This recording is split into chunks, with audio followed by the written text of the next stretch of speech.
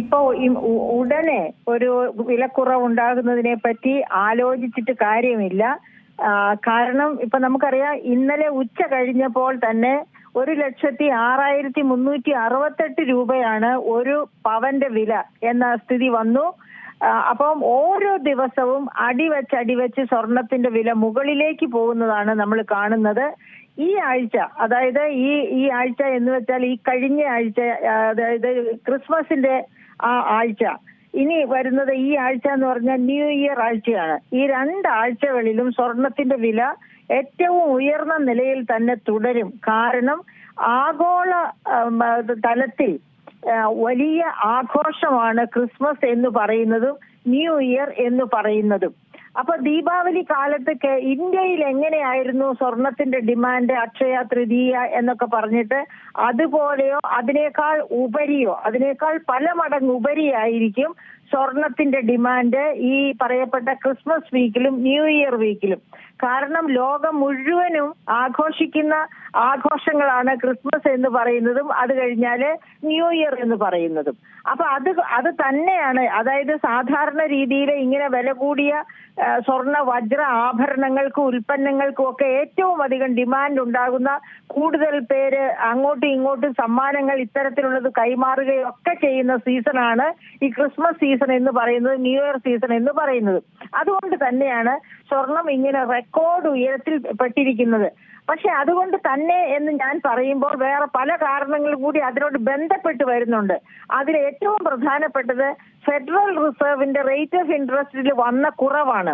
അത് ഇനിയും ഈ വർഷം, അതായത് 2026 പകുതിയാകുമ്പോഴേക്കും 1-2 തവണ ഇനിയും റേറ്റ് ഓഫ് ഇൻട്രസ്റ്റ് കുറച്ചേക്കാമെന്ന ഒരു ആശങ്കയല്ല, ഒരു പ്രതീക്ഷ വിപണിയിൽ നിലനിൽക്കുന്നു. അപ്പോൾ എന്താണ് rate of interest federal reserve കുറച്ചാൽ? ഫെഡറൽ റിസർവിന്റെ പലിശ കുറയ്ക്കുക എന്ന് വെച്ചാൽ ഡോളർ കുറച്ചുകൂടി ചീപ്പായിട്ടുള്ള കറൻസി, അതായത് ഡോളറിലുള്ള വായ്പകളൊക്കെ കൂടുതൽ എടുക്കാമെന്ന ഒരവസ്ഥ വരും. അപ്പൊ യു എസിലും മറ്റ് രാജ്യങ്ങളിലും ഡോളറിന്റെ മൂല്യം ഇപ്പോഴുള്ളതിനേക്കാൾ മൂല്യത്തിൽ കുറവ് വരികയല്ല, പക്ഷെ വ്യാപ്തമായിട്ട് ലഭ്യമാകും. അപ്പൊ അങ്ങനെ വരുമ്പോഴേക്കും ഡോളറിൽ ഇൻവെസ്റ്റ് ചെയ്താൽ റേറ്റ് ഓഫ് ഇൻട്രസ്റ്റ് കുറയും, ഡോളർ ബോണ്ടിൽ ഇൻവെസ്റ്റ് ചെയ്താലും റേറ്റ് ഓഫ് ഇൻട്രസ്റ്റ് കുറയും. അങ്ങനെയാവുമ്പോൾ ഡോളറിൽ ഇൻവെസ്റ്റ് ചെയ്യുമായിരുന്ന കറൻസി സേവിങ്സ് കൂടി സ്വർണത്തിലേക്ക് വരുന്നു. അതുപോലെ തന്നെ ഓഹരി വിപണി നോക്കുക. ഓഹരി വിപണിയുടെ ഇന്നത്തെ ഇൻഡെക്സ് നോക്കുകയാണെങ്കിൽ നിഫ്റ്റിയും നെഗറ്റീവാണ്, അതുപോലെ തന്നെ സെൻസെക്സും നെഗറ്റീവാണ്. എന്ന് പറഞ്ഞാൽ വലിയ തോതിൽ ഓഹരികൾ വിൽപ്പന നടക്കുന്നു, വാങ്ങലല്ല നടക്കുന്നത്.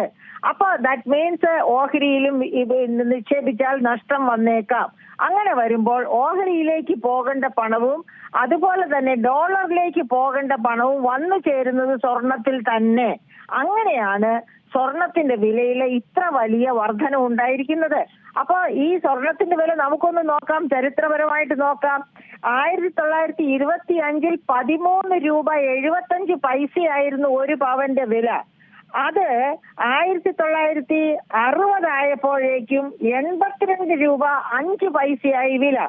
ഇനി അത് കഴിഞ്ഞ് 1990 വരാം നമുക്ക്. 1990 2493 രൂപയായിരുന്നു ഒരു പവന്റെ വില.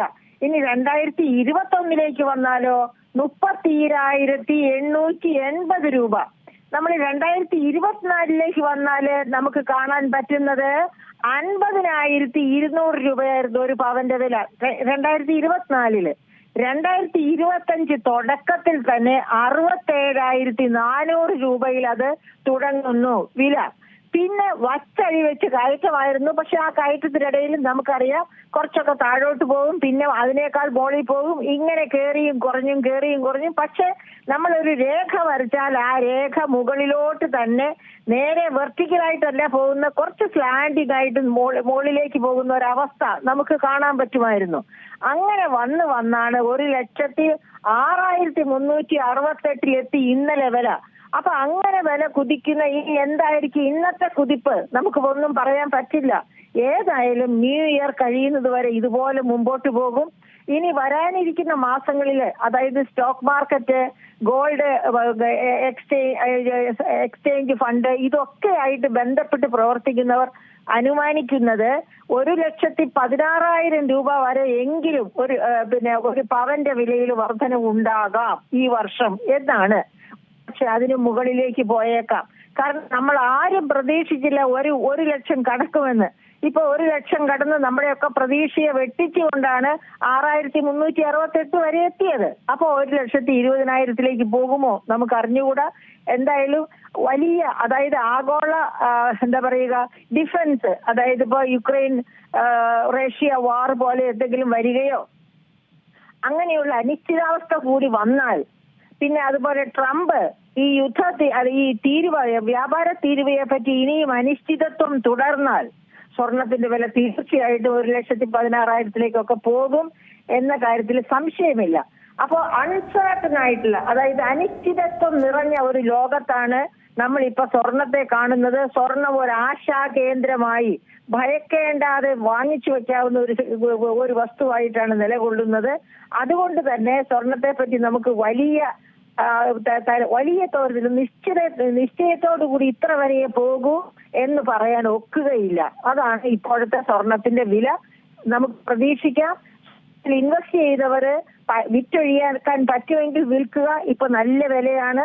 പക്ഷെ അത് സ്വർണ്ണാഭരണങ്ങളാണ് വിൽക്കാൻ പോകുന്നത് എങ്കിൽ നിങ്ങൾ തീർച്ചയായിട്ടും സങ്കടപ്പെടും. കാരണം സ്വർണ്ണാഭരണങ്ങളാക്കി വിൽപ്പനയ്ക്ക് ചെല്ലുമ്പോൾ നമ്മൾ ഹാൾമാർക്കിങ്ങിന് കൊടുത്ത വിലയോ അല്ലെങ്കിൽ പണിക്കൂലിയായി കൊടുത്ത വിലയോ ഒന്നും തന്നെ നമുക്ക് തിരിച്ചു നേടാൻ കഴിയുകയില്ല.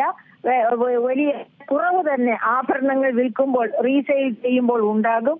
അതുകൊണ്ട് സ്വർണ്ണ ബാറായിട്ടോ സ്വർണ്ണ കോയിനായിട്ടോ അതുവരെ ETF എക്സ്ചേഞ്ച് ഇതായിട്ടോ അതുമല്ലെങ്കിൽ വളരെ നല്ല ഒരു മെത്തേഡാണ്. അതായത് സ്വർണ്ണ ബോണ്ട് ഗവൺമെന്റ് ഓഫ് ഇന്ത്യയുടെ സ്വർണ്ണ ബോണ്ടാണ് റിസർവ് ബാങ്ക് വഴി നിക്ഷേപിക്കുക. 2.5% പലിശ കൃത്യതയോടെ കിട്ടും. അതുപോലെ തന്നെ എപ്പോഴൊക്കെ വില വർദ്ധിക്കുന്നുവോ ആ വർദ്ധിച്ച വിലയും നമ്മൾ മുടക്കിയ മുതലിന്റെ ഫലമായിട്ട് കിട്ടും. നിങ്ങൾ 10 പവൻ സ്വർണം ഗോൾഡ് കോയിൻസ് ബോണ്ടായിട്ട് വെച്ചിട്ടുണ്ടോ, ബോണ്ടിൽ നിക്ഷേപിച്ചിട്ടുണ്ടോ, തീർച്ചയായിട്ടും ആ സ്വർണത്തിന്റെ വില എപ്പോഴൊക്കെ വർദ്ധിക്കുന്ന വില അതുപോലെ നിങ്ങൾക്ക് നിങ്ങളുടെ ബോണ്ട് വഴി ലഭ്യമാകും. അതുകൊണ്ട് ഏറ്റവും നല്ല ഒരു ഇൻവെസ്റ്റ്മെന്റ് ആണ് ഗവൺമെന്റ് ഓഫ് ഇന്ത്യയുടെ റിസർവ് ബാങ്ക് വഴിയുള്ള സ്വർണ ബോണ്ടിൽ നിക്ഷേപിക്കുക. അങ്ങനെ നിക്ഷേപിച്ചാൽ സങ്കടപ്പെടേണ്ടി വരില്ല ഒരു കാലത്തും. അല്ലെങ്കിൽ സ്വർണ്ണ എക്സ്ചേഞ്ച് സ്റ്റാൻഡേർഡിൽ, അതായത് ETF, gold ETF, exchange trade fund, അതായത് ഡിമാറ്റ് അക്കൗണ്ട് വഴി ഗോൾഡിൽ നിക്ഷേപിക്കുക. അപ്പൊ നിങ്ങൾ ഗോൾഡ് കൈകൊണ്ട് മെറ്റലായിട്ട് വാങ്ങുകയോ വിൽക്കുകയോ ചെയ്യുന്നില്ല. പക്ഷെ ഓഹരി പോലെ തന്നെ ആ ഗോൾഡിന്റെ മാർക്കറ്റിൽ നിങ്ങൾക്കത് വിൽക്കുകയോ വാങ്ങുകയോ ചെയ്യാം. അപ്പൊ അവിടെയും സൂക്ഷ്മതയോടെ ഇരിക്കുന്നുവെങ്കിൽ നിങ്ങളെ ഒരുപക്ഷെ അനുദിനം ട്രേഡ് ചെയ്തുകൊണ്ടിരിക്കും. അതിന്റെ ഫലമായിട്ട് നിങ്ങൾക്ക് നല്ല ലാഭം കൊയ്യാൻ കഴിയുകയും ചെയ്യും.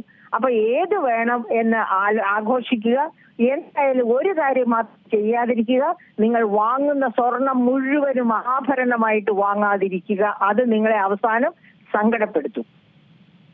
താങ്കൾ സൂചിപ്പിച്ചതുപോലെ സ്വർണം ഡിജിറ്റൽ ഗോൾഡ് നിക്ഷേപത്തിൽ നല്ലൊരു വർധനവ്, അത് കണക്കുകൾ നോക്കുമ്പോൾ നമുക്കറിയാം വലിയ തോതിലുള്ള ഒരു വർധനവ് ഉണ്ടായിട്ടുണ്ട്. അപ്പോൾ ഈ സ്വർണം വാങ്ങി സൂക്ഷിക്കാൻ ഉദ്ദേശിക്കുന്നവർക്ക് ഈ ഡിജിറ്റൽ ഗോൾഡ് നല്ലൊരു ഓപ്ഷൻ തന്നെ ആയിരിക്കും. തീർച്ചയായിട്ടും അത് നല്ലൊരു ഓപ്ഷനാണ്. പക്ഷേ അതിനകത്ത് നമ്മൾ വളരെ കരുതലോടെ ഇരിക്കണം എന്നുള്ളതാണ്. അതേ സമയത്ത് ഗോൾഡ് ബോണ്ടാണ് ഗവൺമെന്റ് ഓഫ് ഇന്ത്യ നേരിട്ട് നടത്തുന്ന, റിസർവ് ബാങ്ക് വഴി നടത്തുന്ന ഒന്നാണ്. അതിൽ ഒട്ടും റിസ്ക് ഇല്ല, ലാഭം മാത്രം പ്രതീക്ഷിച്ചാൽ മതി. ഗോൾഡ് എക്സ്ചേഞ്ച് സ്റ്റാൻഡേർഡ്, ഇപ്പൊ താങ്കൾ പറഞ്ഞതുപോലെ ഡിജിറ്റൽ ഗോൾഡ്, അതും നല്ലതാണ്. കാരണം നമ്മൾ ഗോൾഡ് കൈകാര്യം ചെയ്യുന്നില്ല, അതുകൊണ്ട് ഗോൾഡ് മോഷണം പോകുമെന്ന് വിചാരിക്കാനില്ല. അങ്ങനെ യാതൊരു അപകട സാധ്യതയും ഇല്ല. ഗോൾഡിന്റെ വില മുകളിലോട്ട് പോകുന്തോറും ആ ഡിജിറ്റൽ സെയിലിൽ നമുക്ക് ലാഭം തന്നെ ഉണ്ടായിക്കൊണ്ടിരിക്കുകയും ചെയ്യും. പക്ഷെ ഇത്തിരി കരുതലോടെ വേണം എന്ന് മാത്രം. കാരണം ഈ ഗോൾഡ് ETF നടത്തുന്നവര് കള്ളന്മാരാണെങ്കിൽ ചിലപ്പോൾ നമ്മളെ പറ്റിച്ചു പോകും. അപ്പൊ അവര് കള്ളന്മാരല്ല, അവർ ഓതറൈസ്ഡ് ഡീലേഴ്സ് ആണ് ഇതിനകത്ത് എന്ന് ഉറപ്പ് വരുത്തിക്കൊണ്ട് വേണം നമ്മൾ അവർ വഴിയായിട്ടുള്ള ബിസിനസ്സിന് പോകാൻ. അത്രയേ ഉള്ളൂ. ഏറ്റവും പുതിയ വാർത്തകളും വിശേഷങ്ങളും വിരൽത്തുമ്പിലറിയാൻ സീ മലയാളം ന്യൂസ് എല്ലാ ഡിജിറ്റൽ പ്ലാറ്റ്ഫോമുകളിലും ലഭ്യം.